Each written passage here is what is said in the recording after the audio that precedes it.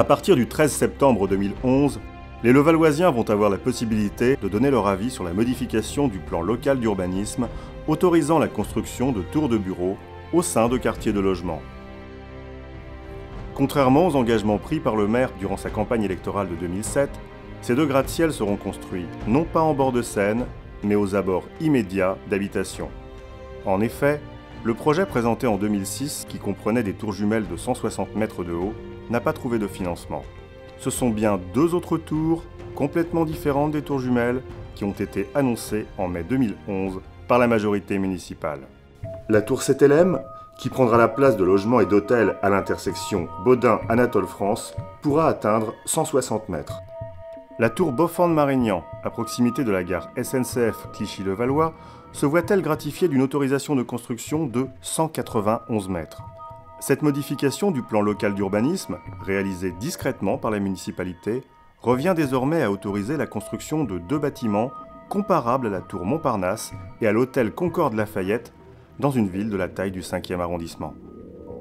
Ces deux constructions seront les plus hauts bâtiments de Levallois-Perret, avec pour effet immédiat une modification définitive de l'ensoleillement de la ville. L'ombre portée d'une tour, en raison de sa taille gigantesque, constitue une nuisance permanente. C'est pour cette raison que le projet initial des tours jumelles les avait logiquement placées près du cimetière.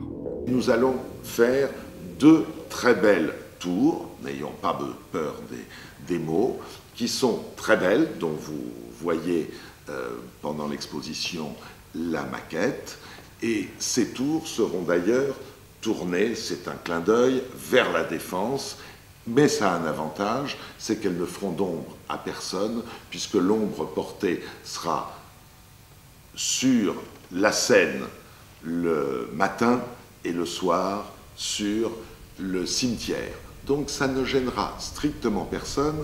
Eh oui, il y aura des ombres. Pas sur le cimetière ou la Seine, mais bien sur des habitations. À titre d'exemple, cette simulation donne une idée des deux ombres sur une journée. La mairie confesse quelques minutes d'ombre. En réalité, on constate que certains bâtiments seront privés de soleil durant plusieurs heures. De plus, les bâtiments dans l'ombre changeront en fonction de la saison. Il n'y en aura pas pour tout le monde, mais presque. Argument à la mode, les tours seront de haute qualité environnementale, ce qui ne correspond pas à une norme, mais à une marque commerciale déposée. En pratique, la climatisation, l'éclairage et les nombreux ascenseurs seront moins énergivores que des gratte-ciel plus anciens. Pour les bâtiments situés dans l'ombre d'un gratte-ciel, l'impact environnemental est lui largement connu.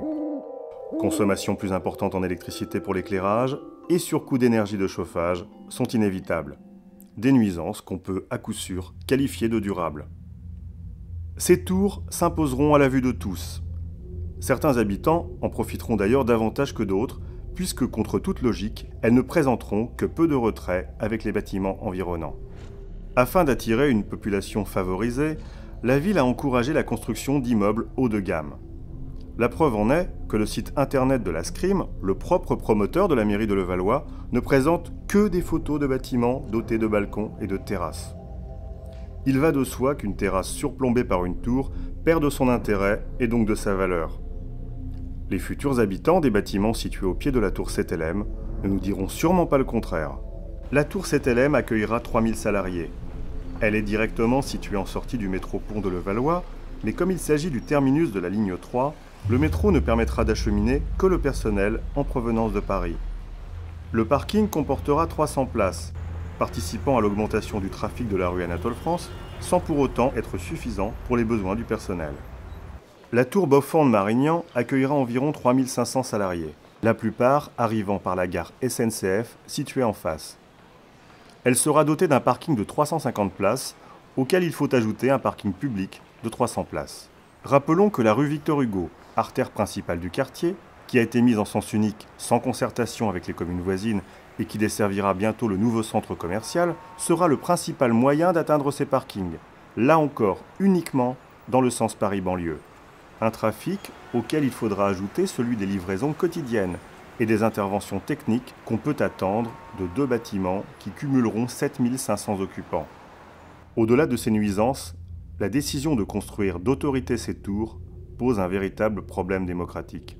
À aucun moment, les Levalloisiens n'ont été consultés sur ce projet, ce qui aurait pu être fait facilement à l'occasion des dernières élections cantonales de mars 2011, alors que les candidates présentées par la majorité municipale dans les deux cantons de Levallois-Perret sont pour l'une première adjoint au maire et pour l'autre adjointe en charge du logement. Il n'en a rien été. Ce projet, visant prioritairement à éponger les pertes des tours jumelles, n'a jamais été soumis à l'avis des électeurs levalloisiens. C'est à chacun de se prononcer sur le Levallois-Perret de demain. Si nous acceptons ces deux premières tours, il sera impossible de s'opposer aux prochaines. Des entreprises françaises et étrangères, j'ai de quoi remplir 12 tours. Avec tous ceux qui me demandent à s'installer à Levallois, j'ai de quoi remplir 12 tours. 12 tours, 12 tours, 12 tours, 12 tours, 12 tours, 12 tours, 12 tours.